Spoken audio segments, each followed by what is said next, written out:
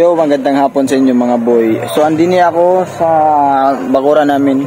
Nako po, kakatapos ko lang mag-training. Tapos, ayan. Pakapi pa tayo.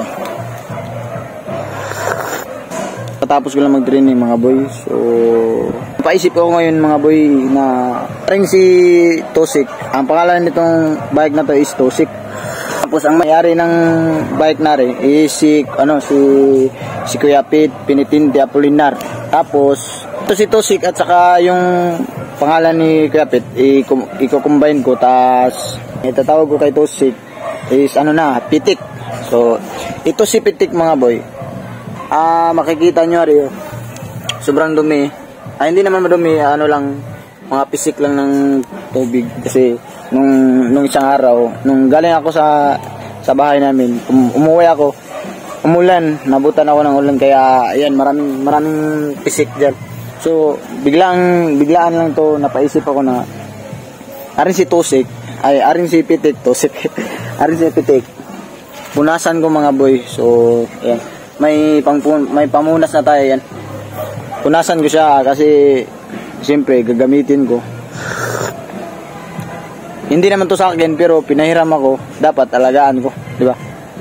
Alagaan ko to si Pitik para sa sunod pwede pa tayo makahiram. Kasi may plano kami ni Pitik na mag-rides kaming dalawa kapag walang training.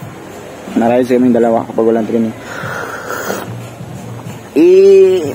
Yun nga, tamang chill lang din sa aming bakuran. Pasensya na sa mga background namin. Sobrang daming damo. So ayan, si Pitik, tamang chill lang din. Ayan. Siyempre mamaya punasan natin yan si Pitik. So siyempre ano pong hinihintay natin, ipiplex natin si Pitik kung gaano siya ka gwapo. Pitik, pasok.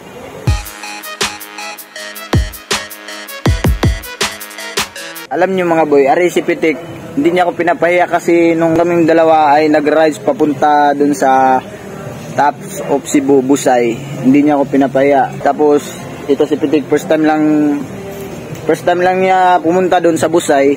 Kaya ako, nakailang punta na ako dun. Nung gamit ko pa ang road bike ng aking kapatid. At siyempre ito si Pitik, solid na solid. Marami pang mga biker na kasabay ko. Solid talaga si Pitik, kaya ingatan natin si Pitik, punasan, liguan, yan, para sa susunod na pagra-rides namin, hindi niya ako ipapahiya. So, yan. Para mag-coffee lang tayo din At aring si Pitik, ang dumi. Huwag kang mag-alala Pitik, huwag kang mag-alala, punasan kita. Ay siya mga boy, panoorin nyo ang aming pinakamalupitang time-lapse ni Pitik. Siya, hanggat din nila ang ating video mga boy. At aring kape ko ay ubos na. At siyempre ito naman si Pitik, sobrang gwapo na. Ayan, maraming salamat sa inyong panonood. At huwag kalimutan mag-like, follow, and share itong video na to. Ingat po kayong lahat. Love ya.